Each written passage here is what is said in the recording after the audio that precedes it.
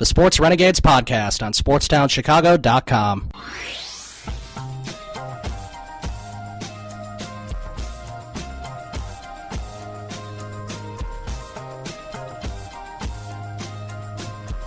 Okay, welcome back to the Sports Renegades. Here on SportsTownChicago.com, I'm Ryan Stupprich. And I'm Ryan Risky, and joining us on the SportsTownChicago.com hotline is John Arguello of Cubs Den. John, how's it going? It's going pretty well. How's it going with you guys? Yeah, we're doing pretty well, John. And, of course, the Cubs spring training has wrapped up in Arizona. They're playing a few exhibition games in Las Vegas right now. But, of course, we wanted to get your impressions of the team, especially of late, as they really started to look really good this last week. Yeah, and I think that's really what you want from a team that's expected to be good. At first, you want to look at a lot of players. You want to look at a lot of pitchers. The Cubs were, really kind of occupied with looking with guys who might help them at some point in the season. Some guys who might be pitching depth at Iowa, or maybe some help coming in off the bench at Iowa. And then gradually, as the season goes on, these guys get acclimated. They get to know each other. You start to see the starting lineups, and the pitchers go longer, and then you kind of get the results that we would expect to see from this team. And I think that's just going to continue into the season. Now, I saw you've had the privilege to go to a ton of these spring training games this year, which has probably been a lot of fun. Did you get to see John Lester hit that home run the other day? You know what? I had 3 different tickets I could have had. Some readers were offering me, hey, if you want a ticket, it's yours, and I really, really wanted to go, but I had this home inspection thing, and they give me these broad hours, like 8 to 6. I don't even know when I can go. I don't know when they're going to be here. And it turns out that they came around 3 o'clock, so I was just kind of stuck all day, and I got nothing done as far as watching it. And then he gets a home run, not even on TV. It's maybe something we'll never see again. That's true. That's certainly possible. But of course, Addison Russell looks like he's been the MVP of the spring, at least to me. He hit, I think, 5 home runs, and it looks like his power's really starting to arrive. Yeah, he's a strong kid. I mean, he doesn't look like your normal shortstop. He's got these broad shoulders. He's got a big frame. He's just, and some people thought, well, he's got a big frame. Is he going to stick there? But obviously, he's quick enough to stay there.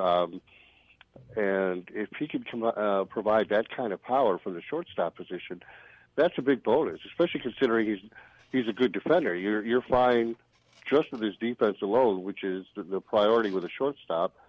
But if he can add power to that, I mean, that's a huge bonus. That's somewhere where the Cubs will have an advantage over other teams. Now, what's kind of your thoughts on the Cubs announcing that Matt Caesar, Neil Ramirez, and Tommy LaStella made the team, while Shane Victorino, Manny Parra, and Kawasaki were all kind of re-signed to minor league deals? I think that was, pretty expected. I mean, Ramirez is out of options. Caesar is out of options. Tommy LaStella has been a great bat off the bench, and they don't have a lot of left-hand hitters off the bench. And I mentioned the other day in one of the articles that, when Javi Baez comes back, you potentially have a bench of Ross, Baez, Soler, and then somebody else. And so how do you keep Caesar, another right-hand hitter? Maybe you don't. Maybe you have LaStella there. So I think he's going to be a part of that team because he hits so well off the bench and he's so good at making contact. And sometimes, with a pinch hitter, you have a guy on second, third, scoring position. You just want him to put the ball in play, and LaStella can do that pretty well. Right, and he can also hit fastballs. And with Neil Ramirez, if he can stay healthy this year, that's like having a whole new addition to the team. Because last year he didn't really have much velocity, wasn't able to really showcase what he could do like he did a couple of years ago. Yeah, and it's still not there. It's not what we saw a couple of years ago. It may never get there. He was up to 96, 97 at times, so I'm not sure we'll ever see that again. But if we can get 93, 94, maybe 95 from him, and that good slider and throwing strikes, that's a pretty good reliever. And he's like you said, it's a nice key. You got Neil Ramirez as the last reliever that makes your bullpen. You're probably in pretty good shape. We're talking with John Arguello here from Cubs Den. We're talking about Cubs spring training here on Sports Renegades, SportsTownChicago.com. And I wanted to ask you about the back end of this rotation, because we know the top three, Arrieta, Lester, and Lackey, I think we can expect some good things from them. But, when you talk about Kyle Hendricks, who had a rough spring, but Jason Hamill really had a tough spring. Are you worried about the fourth and fifth spots in the rotation?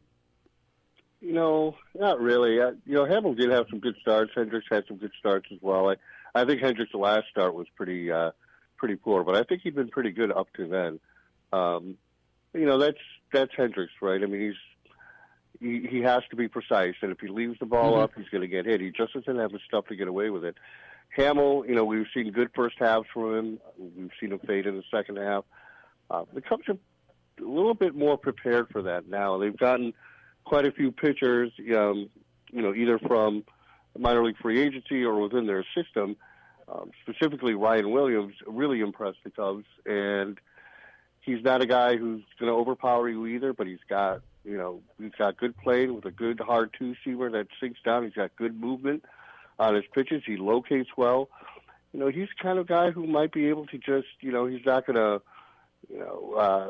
blow you away if you've got a radar gun in your hand. He's going to probably be 89, 90, 91 or so.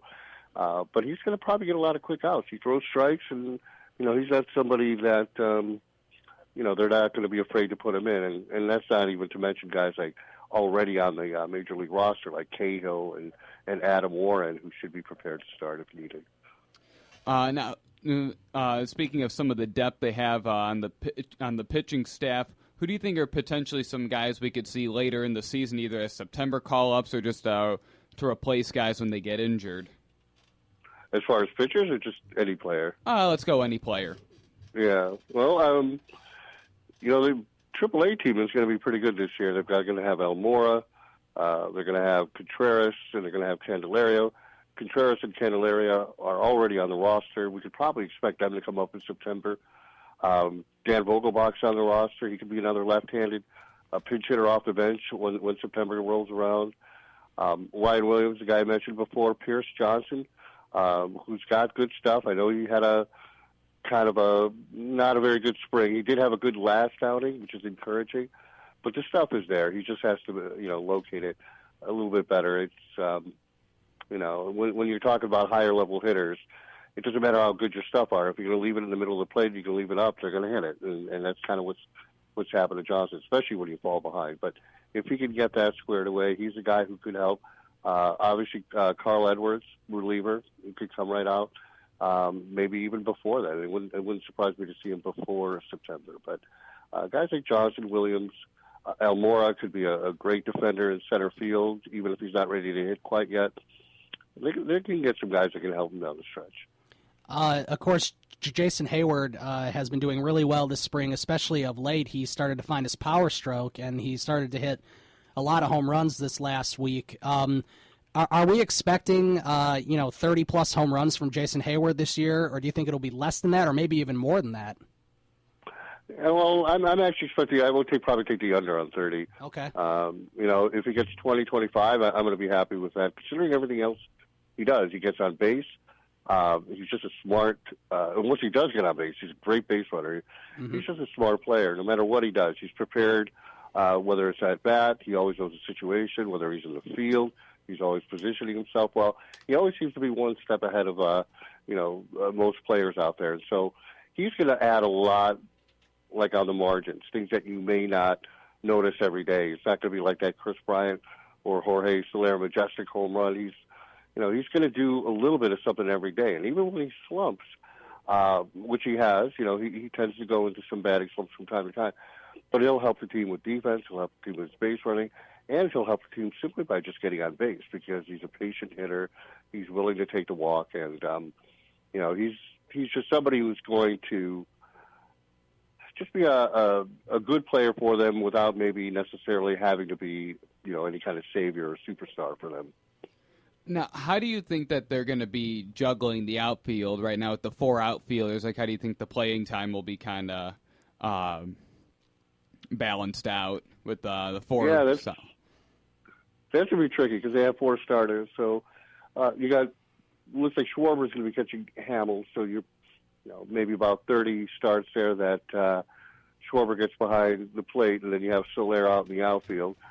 You might have Soler come in against some tough lefties because you've got Schwarber in left, who's a lefty, and you've got Hayward in left. So Hayward in right field, who's also a lefty. So you got a little opportunity to slide him in there. Maybe you rest Fowler, you move Hayward to center field, and you move Soler out there to right. He's going to get his at bats, and I don't really see a problem with that. And it's if the Cubs have an injury at any point in their outfield, they've got a ready major league potential impact starter ready to go. Now, how do you feel maybe not being an everyday player will affect Soler's development? Because it looked like he was making big strides during the playoffs last year. Yeah, he did. Yeah, but towards the end of the year, they were sitting him down a little bit, and he had become something of a part-time player. Then they put him back in, and he just caught fire. So I don't think it'll affect him too much. I think it doesn't take him too long to get into that rhythm. I think he's learning to make adjustments, something he hasn't had to do.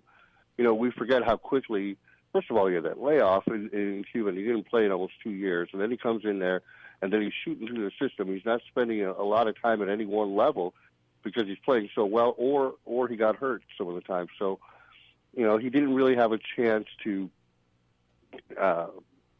learn to adjust to pitchers in any one league for a long time. And I think maybe we saw that at the end of the year. I'm hoping that's what we saw because he started to lay off those hard breaking balls, blowing away those sliders, which he was kind of chasing early in the year and why he was struggling.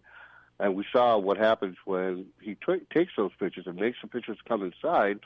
He's going to take them deep, or he's going to hit it hard somewhere, which we saw in both the St. Louis and the Mets series. It looks like that Javier Baez should be ready for the home opener at Wrigley Field against the Reds on April 11th. How do you think that when Javier Baez is back with the team, how do you think that will change sort of the middle infielders for the Cubs? Yeah, it's he can play a lot of positions, so they're going to have to try to squeeze him in whenever they can. Going to be tough out there, like we already know with Soler in the outfield. You're going to want to give him every chance to get at bats out there in left and right field. So, once Baez comes back, it might cut into a little bit Soler. I don't know, but he could definitely play all infield spots. He can play third, he can play short, he can play second. He's even played first, and he does them all pretty well. And the outfield, he's got the skills to be there. I don't know if they're quite ready to put him out there on anything more than a short-term basis, but that's an option as well. But for the beginning of the year, or for a while, I see him being mostly in the infield, and maybe once in a while in the outfield, but I think it's going to be mostly third, short, second, and even first. All right. Well, John, thanks for calling in with that great Cubs insight. Opening day is coming up soon, so let's go Cubs. Oh, yeah. Let's go. Should be a great year. All right. Thanks, John. We'll try to get you on again during the season as well. All right. Thanks for having me, guys. All right. Thanks. That was John Arguello of Cubs Den. You can follow him on Twitter at Cubs Den for all of his great insight. He's especially really good with their prospects since he's out in Arizona watching all these guys. Right. So right now we're going to take a quick break, and coming up after the break, we'll have an update, and then we'll continue to talk Cubs and White Sox baseball on the Sports Renegades on SportsTownChicago.com. The Sports Renegades podcast on SportsTownChicago.com.